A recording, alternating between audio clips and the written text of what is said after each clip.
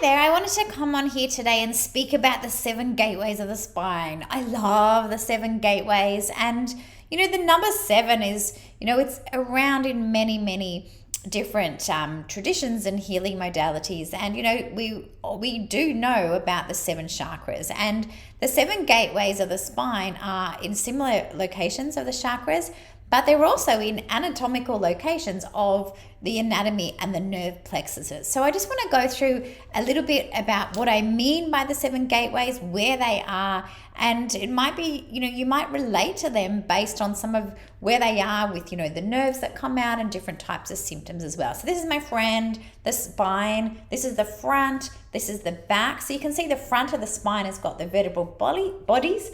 At the back of the spine, you've got the spinous processes there. This is the cranium. That's where the head comes into. So we've got the cranium up here, and the cranium is what I call the awakened gateway. So the awakened gateway is the cranial area. And in the Spinal Flow Technique, I teach you a lot about the cranium and flow and how some of the contacts on the cranium create a huge amount of ease in the body and bring the spinal wave through the system as well.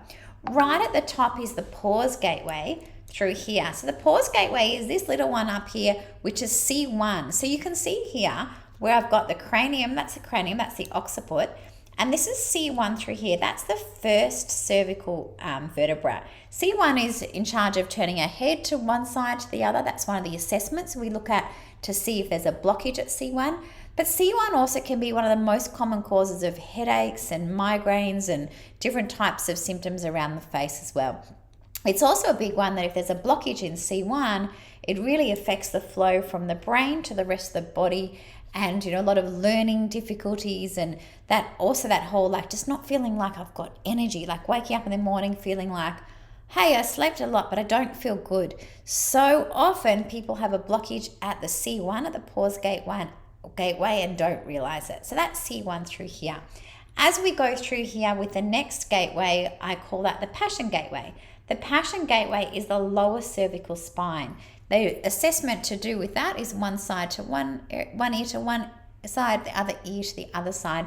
And these nerves, what they do out of the passion gateway, they come out to the shoulder and all the way down your arm. So it could be that, you have a client or you have someone that that's got, a shoulder problem, but it's actually not coming from the shoulder. It's coming from a blockage in the passion gateway because the nerve that comes out through here is coming to the shoulder. So that's the passion gateway. Throat area, I called it passion because it's about expressing, it's throat expression as well.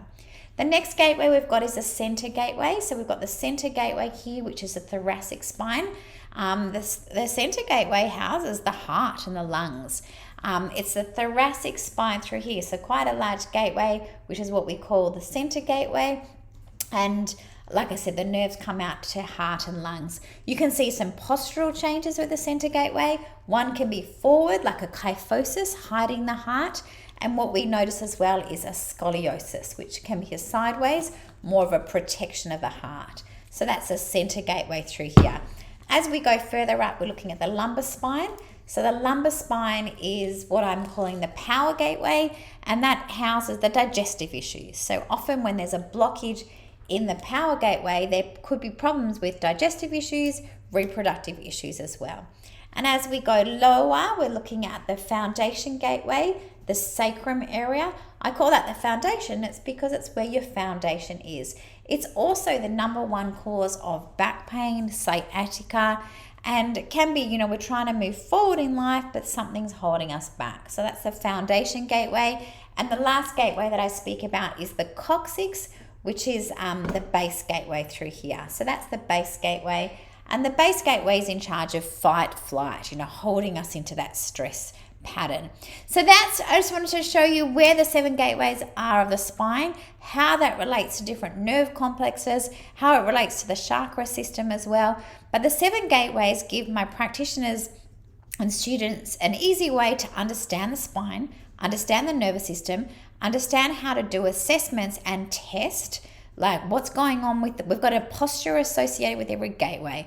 We've got an assessment associated with every gateway, and we've got a palpation technique so you can actually feel to see if there are blockages in every single gateway. It makes it easy to work out with our clients what's going on, where are the blockages, how do we locate them, how do we feel them, but how do we track changes in our clinic? So in our clients. So that's the 7 gateways of the spine: awaken, pause, passion, center, power, foundation, and base. And if you're anyone like me, I love learning about the anatomy. I love learning the connections between the spine, the nervous system, the emotions, the physical stress, the chemical stress, how each nerve comes out and supplies which organ, and how that relates to my client's symptoms. So that's what I really love doing, is tracking the changes, but also making it make sense to go, I get it. That client's got leg pain, sciatica.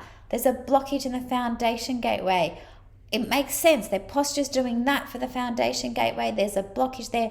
I get why they're feeling like that, but now I want to help them, but I want a way to monitor the changes they have. So I'm Carli, founder of the Spinal Flow Technique, and I wanted to share a little bit about the 7 gateways today.